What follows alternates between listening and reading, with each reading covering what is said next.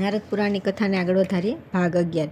જે મનુષ્ય બીજાઓ દ્વારા કરવામાં આવતા વ્રતોમાં વિઘ્ન નાખે છે તે મનુષ્યને અત્યંત દુઃખદાયક અને ભયંકર શ્લેષમ ભોજન નામના નરકમાં, જ્યાં કફનું ભોજન કરવું પડે છે, ત્યાં જાય છે. જે ન્યાય કરવામાં અને ધર્મનું શિક્ષણ આપવામાં પક્ષપાત કરે છે તે 10,000 પ્રાયશ્ચિત કરે તો પણ તે પાપથી તેનો ઉદ્ધાર થતો નથી. જે પોતાના કટુ વચનોથી બ્રાહ્મણોનું અપમાન કરે છે તે બ્રહ્મત્યાને પ્રાપ્ત થાય છે અને સંપૂર્ણ નરકોની યાતનાઓ ભોગવીને 10 જન્મો સુધી ચાંડાળ થાય છે. જો બ્રાહ્મણને કોઈ ચીજ આપે તે સમયે જે તેમાં વિઘ્ન નાખે છે તેણે બ્રહ્મત્યા જેવું પ્રાયશ્ચિત કરવું જોઈએ. જે બીજાઓનું ધન ચોરીને બીજાઓને દાન આપે છે તે ચોરનાર તો નરકમાં જાય છે અને જેનું ધન હોય છે તેને તે દાનનું ફળ મળે છે. જે કંઈક આપવાની પ્રતિજ્ઞા કરીને આપતો નથી તે લાલાભક્ષ નામના નરકમાં જાય છે. હે રાજન, જે સંન્યાસીની નિંદા કરે છે તે શિલાયંત્ર નામના નરકમાં જાય છે. બગીચાને નષ્ટ કરનાર 21 યુગો સુધી સ્વભોજન નામના નરકમાં રહે છે, જ્યાં કૂતરા તેનું માંસ તોડીને ખાય છે. પછી ક્રમશઃ તે બધા નરકોની યાતના ભોગવે છે. હે ભૂપતે, જે દેવ મંદિર તોડે છે, તલાવડી નષ્ટ કરે છે અને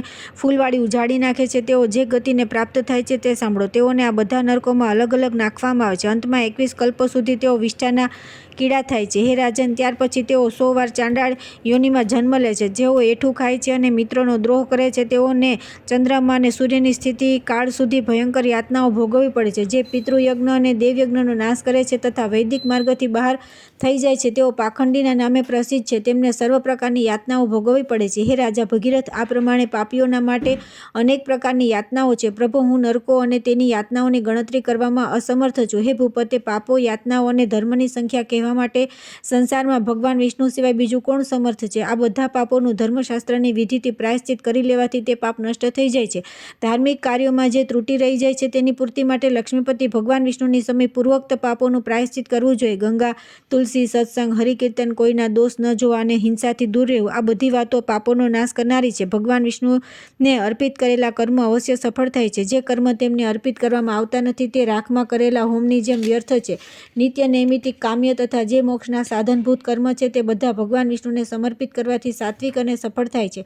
ભગવાન વિષ્ણુની ઉત્તમ ભક્તિ સર્વ પાપોનો નાશ કરનારી છે. હે નૃપ શ્રેષ્ઠ, સાત્વિક, રાજસ અને તામસ વગેરે ભેદો અનુસાર ભક્તિ 10 પ્રકારની છે. તે પાપરૂપી વનને બાળી નાખવા માટે દાવાનળ જેવી છે. હે રાજન, જે બીજાનો વિનાશ કરવા માટે ભગવાન લક્ષ્મીપતિનું ભજન કરવામાં આવે છે તે અધમા તામસી ભક્તિ છે, કારણ કે તે દુષ્ટ ભાવ ધારણ કરનારી છે. જે મનમાં કપટ ભાવ રાખીને જેમ વ્યભિચારિણી સ્ત્રી પોતાના પતિની સેવા કરે છે તે પ્રમાણે જગદીશ્વર ભગવાન નારાયણનું પૂજન કરે છે તેની તે મધ્યમાં તામસી ભક્તિ છે. હે પૃથ્વીપતિ, જે બીજાઓની ભગવાનની આરાધનામાં તત્પર જો ઈર્ષ્યાવશ સ્વયં પણ ભગવાન શ્રીહરિની પૂજા કરે છે તેની તે ક્રિયા ઉત્તમા તામસી ભક્તિ છે. જે ધન ધાન્યની યાચના કરીને પરમ શ્રદ્ધા સાથે શ્રીહરિની અર્ચના કરે છે તે પૂજા અધમા રાજસી ભક્તિ છે. જે સંપૂર્ણ લોકમાં વિખ્યાત કીર્તિનો ઉદ્દેશ રાખીને પરમ ભક્તિભાવથી ભગવાનની આરાધના કરે છે તેની તે ક્રિયા મધ્યમાં રાજસી ભક્તિ કહેવાય છે. હે પૃથ્વીપતિ, જે સાલોક્ય અને સારૂપ્ય પદ પ્રાપ્ત કરવાની ઈચ્છાથી ભગવાન વિષ્ણુની અર્ચના કરે છે તેની તે પૂજા ઉત્તમા રાજસી ભક્તિ કહેવાય છે. જે પોતાના પાપોનો નાશ કરવા માટે પૂર્ણ શ્રદ્ધા સાથે શ્રીહરિની ભક્તિ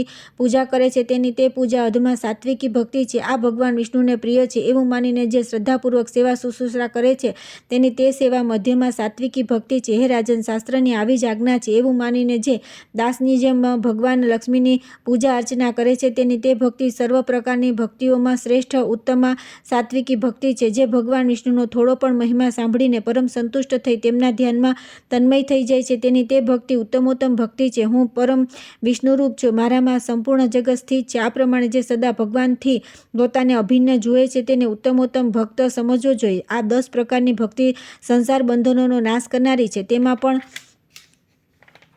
સાત્વિકી ભક્તિ સંપૂર્ણ મનોવાંછિત ફળ આપનારી છે. તેથી હે ભૂપાલ, સાંભળો. સંસારને જીતવાની ઈચ્છા ધરાવનાર ઉપાસકે પોતાના કર્મનો ત્યાગ ન કરતા ભગવાન જનાર્દનની ભક્તિ કરવી જોઈએ. જે સદ્ધર્મનો પરિત્યાગ કરીને ભક્તિ માત્રથી જીવન ધારણ કરે છે તેના પર ભગવાન વિષ્ણુ સંતુષ્ટ થતા નથી. તેઓ તો ધર્મના આચરણથી સંતુષ્ટ થાય છે. બધા જ આગમો ધર્મશાસ્ત્રોમાં આચારને પ્રથમ સ્થાન આપવામાં આવ્યું છે. આચારથી ધર્મ પ્રગટ થાય છે અને ધર્મના સ્વામી સાક્ષાત ભગવાન વિષ્ણુ છે. તેથી સ્વધર્મનો વિરોધ કર્યા વિના શ્રીહરિની ભક્તિ કરવી જોઈએ. સદાચારહીન મનુષ્યનો ધર્મ પણ સુખપ્રદ હોતો નથી. સ્વધર્મના પાલન વિના કરેલી ભક્તિ વ્યર્થ છે. હે રાજન, તમે જે કાંઈ પૂછ્યું હતું તે બધું મેં કહી દીધું. તેથી તમે પોતાના ધર્મમાં તત્પર રહીને સૂક્ષ્મથી સૂક્ષ્મ સ્વરૂપવાળા જનાર્દન ભગવાન નારાયણનું પૂજન કરો. એનાથી તમને સનાતન સુખની પ્રાપ્તિ થશે. ભગવાન શિવ જ સાક્ષાત શ્રીહરિ શ્રીહરિ છે અને શ્રીહરિ જ સ્વયં શિવ છે.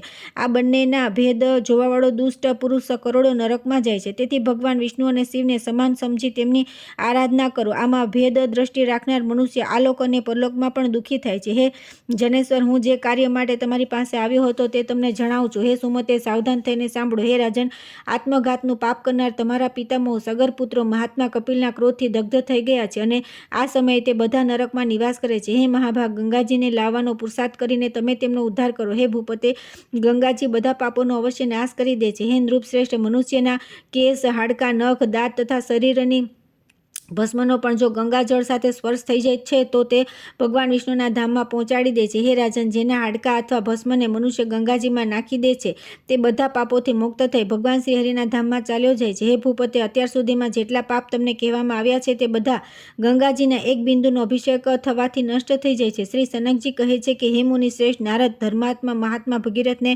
આ પ્રમાણે કહીને ધર્મરાજ તુરત અંતર્ધ્યાન થઈ ગયા. ત્યારે સર્વશાસ્ત્રોના પારગામી મહાબુદ્ધિમાન રાજા ભગીરથ સંપૂર્ણ પૃથ્વીનું રાજ્ય મંત્રીઓને સોંપીને પોતે વનમાં ચાલ્યા ગયા. ત્યાંથી હિમાલય પર જઈને નરનારાયણના આશ્રમની પશ્ચિમ તરફ બરફથી ઢંકાયેલા એક શિખર પર જે 16 યોજન વિસ્તારનું છે ત્યાં તેમણે તપસ્યા કરી અને ત્રિભુવન પાવની ગંગાએ તેઓ આ ભૂતલ પર લઈ આવ્યા. ત્યાર પછી આવે છે રાજા ભગીરથે ભૃગુજીના આશ્રમ પર જઈને સત્સંગ લાભ કરવો તથા હિમાલય પર ઘોર તપસ્યા કરી ભગવાન વિષ્ણુ અને શિવની કૃપાથી ગંગાજીને લાવી પિતૃઓનો ઉદ્ધાર કરવો.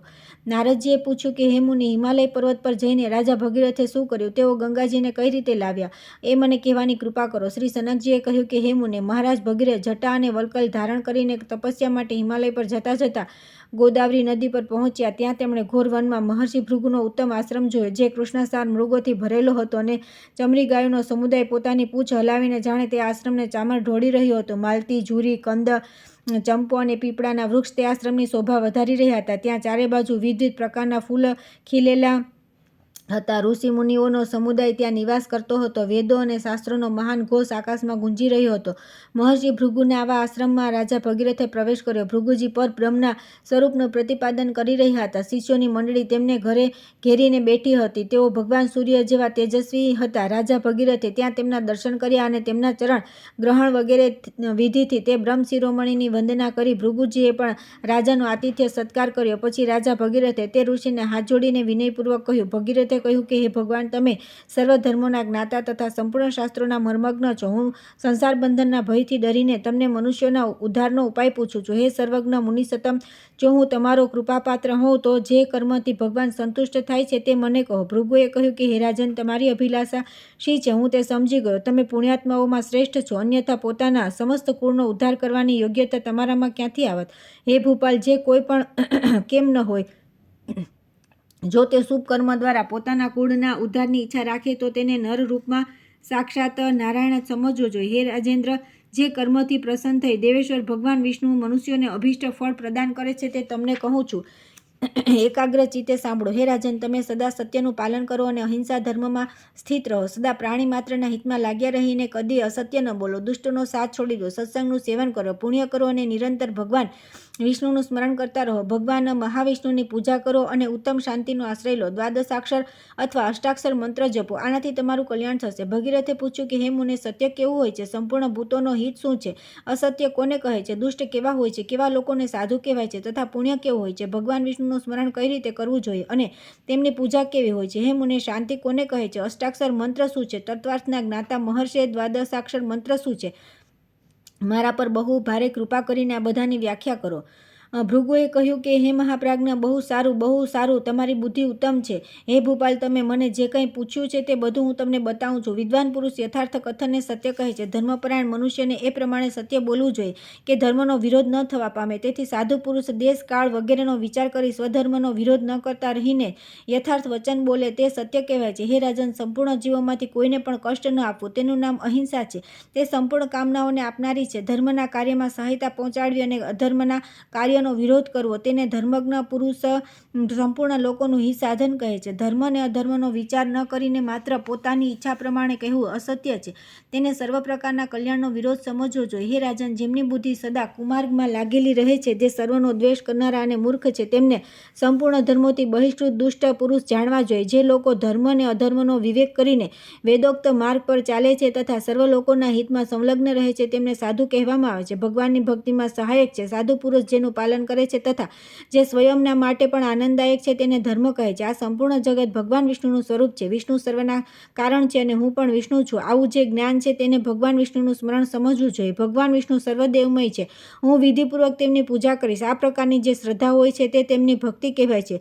શ્રી વિષ્ણુ સર્વભૂત સ્વરૂપ છે, સર્વત્ર પરિપૂર્ણ સનાતન પરમેશ્વર છે. આ પ્રમાણે ભગવાન પ્રત્યે જે અભેદ બુદ્ધિ હોય છે તેનું નામ સમતા છે. હે રાજન, શત્રુ અને મિત્ર પ્રત્યે સમાન ભાવ હોય, સંપૂર્ણ ઇન્દ્રિયો પોતાના વશમાં હોય અને દેવવશ જે કાંઈ મળી જાય તેમાં સંતોષ રહે તો આ સ્થિતિને શાંતિ કહે છે. હે રાજન, આ પ્રમાણે તમારા બધા પ્રશ્નોની વ્યાખ્યા થઈ ગઈ. આ બધા વિષય મનુષ્યને સિદ્ધિ પ્રદાન કરનારા છે અને સમસ્ત પાપ સમૂહોનો નાશ કરવાના સાધન છે. અષ્ટાક્ષર મંત્ર સર્વ પાપોનો નાશ કરનારો છે. હે રાજેન્દ્ર, હું તેનું સ્વરૂપ તમને બતાવું છું. તે સમસ્ત પુરુષાર્થોનું એકમાત્ર સાધન, ભગવાન વિષ્ણુને પ્રસન્ન કરનારો તથા સંપૂર્ણ સિદ્ધિઓને આપનારો છે. ઓમ નમો નારાયણ આ જ અષ્ટાક્ષર મંત્ર છે. આ મંત્રના જપ કરવા જોઈએ. હે મહારાજ, ઓમ નમો ભગવતે વાસુદેવાય આ દ્વાદશાક્ષર મંત્ર છે. હે રાજન, આ અષ્ટાક્ષર અને દ્વાદશાક્ષર બંને મંત્રોનું સમાન ફળ છે. આ મંત્રોની પ્રવૃત્તિ અને નિવૃત્તિ આ બંને માર્ગવાળા માટે સમતા બતાવવામાં આવી છે. આ બંને મંત્રોના જપ માટે ભગવાનનું ધ્યાન આ પ્રમાણે કરવું જોઈએ. ભગવાન નારાયણ પોતાના હાથોમાં શંખ ચક્ર ધારણ કરીને શાંત ભાવથી વિરાજમાન છે. રોગ અને શોક તેમને કદી સ્પર્શ કરતા નથી. તેમના વામ અંકમાં લક્ષ્મીજી વિરાજી રહ્યા છે. તે સર્વશક્તિમાન પ્રભુ દરેકને અભયદાન આપનારા છે. તેમના મસ્તક પર મુગટ અને કાનોમાં કુંડળ શોભી રહ્યા છે. તેઓ નાના પ્રકારના અલંકારોથી સુશોભિત છે. ગળામાં કૌસ્તુભ મણિ અને વનમાળા ધારણ કરેલી છે. એમના વક્ષસ્થળમાં શ્રીવત્સનું ચિહ્ન છે. તે પીતાંબરધારી ભગવાન દેવતાઓ અને દાનવો દ્વારા પણ વંદિત છે. તેમનો આદિ અને અંત નથી. તેઓ સંપૂર્ણ મનવાંછિત ફળ આપનારા છે. આ પ્રમાણે ભગવાનનું ધ્યાન કરવું જોઈએ. તેઓ અંતર્યામી જ્ઞાન સ્વરૂપ સર્વવ્યાપી અને સનાતન છે. હે રાજા ભગીરથ, તમને જે કંઈ પૂછ્યું તે બધું આમાં બતાવી દીધું છે. તમારું કલ્યાણ થાવ. હવે તમે સુખપૂર્વક તપસ્યામાં સિદ્ધિ પ્રાપ્ત કરવા માટે સીધાઓ. મહર્ષિ ભૃગુના આ પ્રમાણે કહ્યા પછી રાજા ભગીરથ બહુ પ્રસન્ન થયા અને તપસ્યાના માટે વનમાં ગયા. હિમાલય પર્વત પર પહોંચીને ત્યાં મનોહર પાવન પ્રદેશમાં સ્થિત નાદેશ્વર મહાક્ષેત્રમાં તેમણે અતિ કઠોર તપસ્યા કરી. રાજા ત્રણેય સમય સ્નાન કરતા હતા, કંદમૂળ અને ફળ ખાઈને રહેતા હતા અને તેનાથી જ આવેલા અતિથિઓનો સત્કાર પણ કરતા હતા. તેઓ પ્રતિદિન હોમ કરતા હતા. સંપૂર્ણ ભૂતોના હિતૈષી થઈને શાંત ભાવમાં સ્થિત હતા. તેમને ભગવાન નારાયણનું શરણ લીધું હતું. પત્ર, પુષ્પ, ફૂલ અને જળથી તેઓ ત્રણેય સમય શ્રીહરિની આરાધના કરતા હતા. આ પ્રમાણે અત્યંત ધૈર્યપૂર્વક ભગવાન નારાયણનું ધ્યાન કરતા રહીને તેઓ સૂકા પાંદડા ખાઈને રહેવા લાગ્યા. ત્યાર પછી પરમ ધર્માત્મા રાજા ભગીરથે પ્રાણાયામ કરતા રહીને શ્વાસ બંધ કરીને તપસ્યા કરવાનો આરંભ કર્યો. જેમનો ક્યાંય અંત નથી અથવા જે કોઈનાથી પરાજિત થતા નથી, તે શ્રી નારાયણ દેવનું ચિંતન કરતા તેમણે 60,000 વર્ષો સુધી શ્વાસને રોકી રાખ્યો. તે સમયે રાજાની નાસિકામાંથી ભયંકર અગ્નિ પ્રગટ થયો. તે જોઈને બધા દેવતાઓ ધ્રુજી ઉઠ્યા અને તેઓ અગ્નિથી સંતપ્ત થવા લાગ્યા. પછી તે દેવતાઓ ક્ષીરસાગરના ઉત્તર તટ પર જ્યાં જગદીશ્વર શ્રીહરિ નિવાસ કરે છે ત્યાં ભગવાન મહાવિષ્ણુના શરણમાં ગયા અને શરણાગતોની રક્ષા કરવાવાળા દેવ દેવેશ્વર ભગવાનની આ પ્રમાણે સ્તુતિ કરવા લાગ્યા. દેવતાઓએ કહ્યું કે જે જગતના એકમાત્ર સ્વામી તથા સ્મરણ કરવાવાળા ભક્તોની બધી જ પીડા દૂર કરનારા છે, તે પરમેશ્વર શ્રી વિષ્ણુને અમે નમસ્કાર કરીએ છીએ. જ્ઞાની પુરુષો તેમને સ્વભાવતઃ શુદ્ધ, સર્વત્ર પરિપૂર્ણ અને જ્ઞાન સ્વરૂપ કહે છે. શ્રેષ્ઠ યોગીજનો તેમનું ધ્યાન કરે છે. જે પરમાત્મા પોતાની ઈચ્છાનુસાર શરીર ધારણ કરીને દેવતાઓનું કાર્ય સિદ્ધ કરે છે, તે સંપૂર્ણ જગત જેમનું સ્વરૂપ છે તથા જે જગતના આદિ સ્વામી છે, તે ભગવાન પુરુષોત્તમને અમો પ્રણામ કરીએ છીએ. જેમના નામોનું સંકીર્તન કરવા માત્રથી દુષ્ટ પુરુષોના પણ બધા પાપ નષ્ટ થઈ જાય છે. જે સૌના શાસક, સ્તુતિ કરવા યોગ્ય તથા પુરાણ પુરુષ છે, તે ભગવાન વિષ્ણુને અમો પુરુષાર્થ સિદ્ધિને માટે નમસ્કાર કરીએ છીએ. સૂર્ય જેમના તેજથી પ્રકાશિત થાય છે અને કદીએ તેમની આજ્ઞાનું ઉલ્લંઘન કરતા નથી,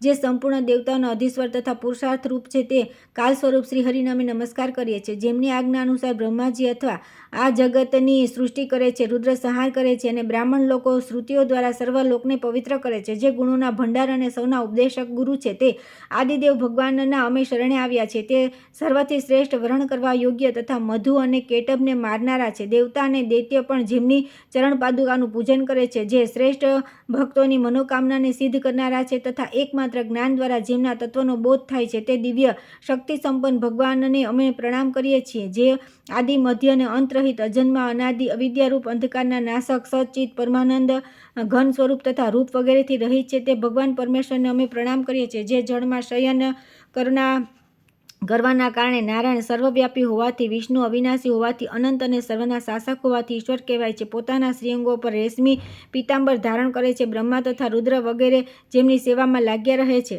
જે યજ્ઞપ્રેમી, યજ્ઞ કરનાર, વિશુદ્ધ, સર્વોત્તમ અને અવ્યય છે, તે ભગવાન વિષ્ણુને અમે નમસ્કાર કરીએ છીએ. ઇન્દ્ર વગેરે દેવતાઓએ આ પ્રમાણે સ્તુતિ કરવાથી ભગવાન મહાવિષ્ણુએ દેવતાઓને રાજર્ષિ ભગીરથનું ચરિત્ર કહ્યું. હે નારદજી, પછી તે બધાને આશ્વાસન અને અભય આપીને નિરંજન ભગવાન વિષ્ણુએ સ્થાન પર ગયા, જ્યાં મહર્ષિ ભગીરથ તપસ્યા કરતા હતા. સંપૂર્ણ જગતના ગુરુ, શંખચક્રધારી, સચ્ચિદાનંદ સ્વરૂપ ભગવાન શ્રી હરિ રાજા ભગીરથને પ્રત્યક્ષ દર્શન આપ્યા. રાજાએ જોયું કે સામે કમલનયન ભગવાન વિરાજમાન છે. તેમના તેજથી બધી દિશાઓ પ્રકાશિત થઈ રહી છે. તેમના અંગોની કાંતિ અળસીના ફૂલ જેવી શ્યામ છે. કાનોમાં કુંડળ ઝળહળી રહ્યા છે. કોમળ વાંકડિયા કેશવાળા મુખારવિંદથી સુશોભિત છે. મસ્તક પર ચળકતો મુગટ તેમના સ્વરૂપને વિશેષ પ્રકાશપૂર્ણ કરી રહ્યો છે. વક્ષસ્થળમાં શ્રીવત્સનું ચિહ્ન અને કૌસ્તુભમણિ છે. તેઓ વનમાળાથી વિભૂષિત છે. તેમની દીર્ઘ ભુજાઓ છે. અંગ અંગથી ઉદારતા ટપકી રહી છે. તેમના ચરણાવિંદ લોકેશ બ્રહ્માજી દ્વારા પૂજિત છે. ભગવાનની આ ઝાંખી જોઈ રાજા ભગીરથ પૃથ્વી પર દંડની જેમ પડી ગયા. તેઓ વારંવાર પ્રણામ કરવા લાગ્યા. તેમનું હૃદય અત્યંત હર્ષથી પૂર્ણ થતું હતું. શરીરમાં રોમાંચ થઈ આવ્યો અને તેઓ ગદગદ કંઠે કૃષ્ણ કૃષ્ણ કૃષ્ણ શ્રી કૃષ્ણ આ પ્રમાણે ઉચ્ચારણ કરી રહ્યા હતા. અંતર્યામી જગતગુરુ ભગવાન વિષ્ણુ ભગીરથ પર પ્રસન્ન હતા. તે ભૂતભાવન ભગવાનને કરુણાથી કહ્યું કે શ્રી ભગવાન બોલ્યા કે હે મહાભાગ ભગીરથ, તમારું અભિષ્ટ સિદ્ધ થશે. તમારા પૂર્વ પિતામાં મારા લોકમાં જશે. હે રાજન, ભગવાન શિવ મારું બીજ સ્વરૂપ છે. તમે યથાશક્તિ સ્તુતિપાઠ કરી તેમનું સ્તવન કરો. તેઓ તમારો સંપૂર્ણ મનોરથ તુરંત સિદ્ધ કરશે.